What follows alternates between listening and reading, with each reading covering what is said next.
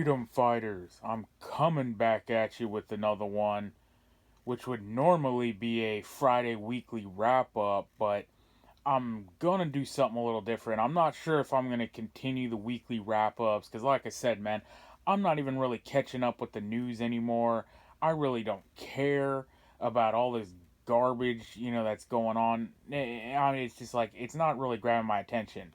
And what are we gonna talk about now? The Trump tariffs, how he, upped the Chinese tariffs to, I think it's at 145% now, and they're going back and forth. We kind of already talked about, my opinion on the tariffs, that, there really is no saving the country at this point. Metals just hit a record high, a gold at 3,200, 3,200 that is, silver around $32. So, 100 to 1 ratio, which I talked about a long time ago. The currency is falling, the world reserve status, all that. But anyway, man, so I was just thinking about, something other to talk about. And, I was thinking during the week, I said something to somebody about, the Purge video or something that I put out, and, a civil war. And, I keep hearing people saying that it's not a civil war, it's a revolution. And that's something I've heard time and time again. You might have gotten the same response before if you've ever typed in like, we're in a civil war, or you think there's going to be a civil war. We've talked about that topic a lot on this channel, but um write in the comments below if you've had someone tell you it's not going to be civil war, it's a revolution.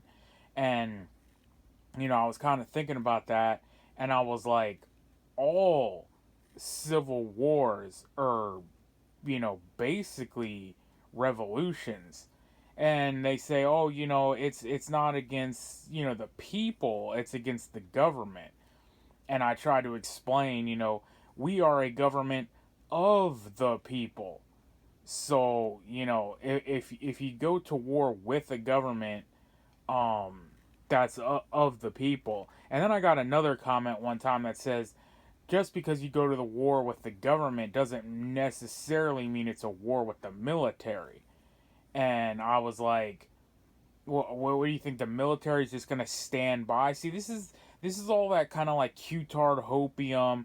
The military's in control, and Trump's in control, and all the patriots are in control, and it's almost this blind, I don't know what it is, hopium or wishful thinking that their government stands beside them, lockstep, and they're gonna back their actions. No, they're not going to be. First of all, it starts at the localities.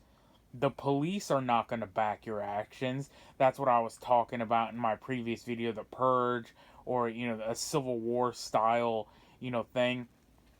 When it breaks loose, and we've seen it from these Proud Boy rallies, and the Summer of Love BLM riots and stuff like that. Whenever right wing people take action, they get thrown in prison. You're not going to be praised. Your thin blue line's not going to have your back.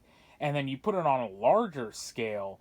I mean, you look at like J6 and stuff like that. I mean, if we really started going at it, and they like deployed the military, I guarantee you think, they're going to be standing beside you, man. They're going to be mowing you down with, 50 cal mounted, Hummers, and, machine guns and all kinds of stuff. Um, but yeah, man, I was looking back in history, and I was just like, any civil war has practically, been a revolution. I mean, you look at ours, in Pacific, or, not our civil war, but our revolution. There was actually a documentary one time. I can't remember which one that was, but it documented that it was the Tories, the what do they call those people? Basically, the loyalists, um, that stuck with the crown. and it was the people rebelling against it, but they were of the same people. So we call that the Revolutionary War, but it was a war against the people, the exact same people, racially and demographically, and what's the other word I'm looking for? They're from the same place, religious background, cultural ties. You get what I'm saying. They're of the same people. And there was another one I actually saw a couple weeks back or something. Fox News has a documentary series that's actually, regardless of what you think of Fox, um, they have a good documentary series called Lies and Legends or something like that. And they did an episode, I think it was the Boston Tea Party episode, and they talk about the founding fathers and stuff like that. And I think it was Sam and John Adams um, that were at odds with each other over the revolution. And I can't remember. I think it was John Adams that was against it, and he eventually comes around, to the cause. And they used the word radicalized. They said, he was radicalized. I think he got stopped one day when he was like out for groceries or something, and he got um searched up and everything and questioned, and he realized, you can't go on living like this, within the tyranny. And that's what brought him to the side of, like, yeah, we're gonna have to separate from these people. We're our own entity. We're no longer, the British. And yeah, George has no rule over us, and he can't have this standing army of redcoats out here, feeling up the population and asking for papers and, what they think and all this stuff. He's like, that ain't gonna go down. And you look at any other place, you got these Middle Eastern revolutions, and I think it was like Egypt had a revolution, Syria's in the middle of a civil war. What's the difference? Why do they call it a civil war versus a revolution? Because from all what I see, it's all about the same thing. And I'm not any geographical, scholar, but I try to dabble in these things a little bit and understand what's going on. But in the Syria situation, from what I understand, it's a Sunni majority population, and then there's Shia, which is usually what these Muslim, uh, holy wars and all these conflicts usually start over. Um, but they're living together, and there are Christians in Syria, which is another thing, but it's definitely a minority. Um, but yeah, basically it became an unbalanced government, and one is ruling over the other, in a tyrannical way, saying, "Oh no, this is the way our religion sees it. This is the way we're gonna dictate, we're gonna rule," and that's a reflection of the people.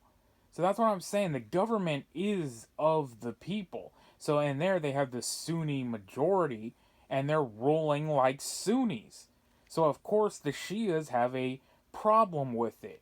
And of course, Christians or Jews would have a problem with it, right? Because they're definitely not represented. But when you're in those countries, you're not going to be represented. But I knew this way back when I started seeing the wokesters come out, during the Obama administration, and you saw those, race hoaxes where you remember the guy wrote the N word on like the door, the chalkboard or something, and you had the general or whatever go scorched earth to virtue signal to the military. He's like, we're not gonna have any of this racism in here and all that, and they didn't even look into it, right? They it's the Jussie Smollett hoax kind of thing, and the people in the government now are 16, 19 indoctrinated, wokesters, and it's done. That whole GI Joe esque fighting for America, Captain America. It's now a blue haired troll fighting for equity and inclusion, right? And like I said, we've long been in the cultural civil war, and they have turned it in. Now they have enough of a, I don't want to quite say a majority, but this country's so split, whatever you want to call it, 51-48. We have so many of these wokesters, and the right, like I did a video called The Winning Right.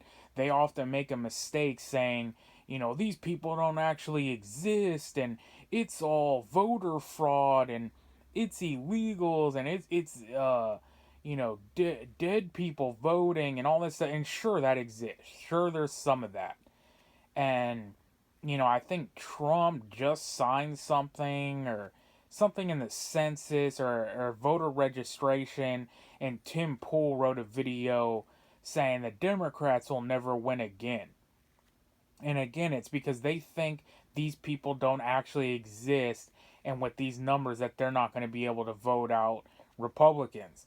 Well, let me be the first one to tell you, they exist and they will win again. And when they win again, the whole thing's going to come up, they didn't actually clear the rolls, or, there's still too many illegals and they're finding a way, whatever it is. They gave them IDs, which they are giving illegals IDs, so they still can register. Heck, they're letting them be cops in certain areas. You don't think that they're going to allow them to vote? But, regardless, what I'm saying here is there's no way out. That's what it's always been. The message, there's no saving the country. But I mainly wanted to talk about this, comment that it's not a civil war, it's a revolution. And I don't really see the difference between any of them. And does it really matter if it's a revolution or a civil war? Either way, it's gonna be terrible. Either way, it's gonna be a lot of suck. And I view it as it's coming regardless. Let me know your opinion. And as always, we are on our own. Nobody's coming to save us. So get right with God, because only God can save you. Freedom fighters out.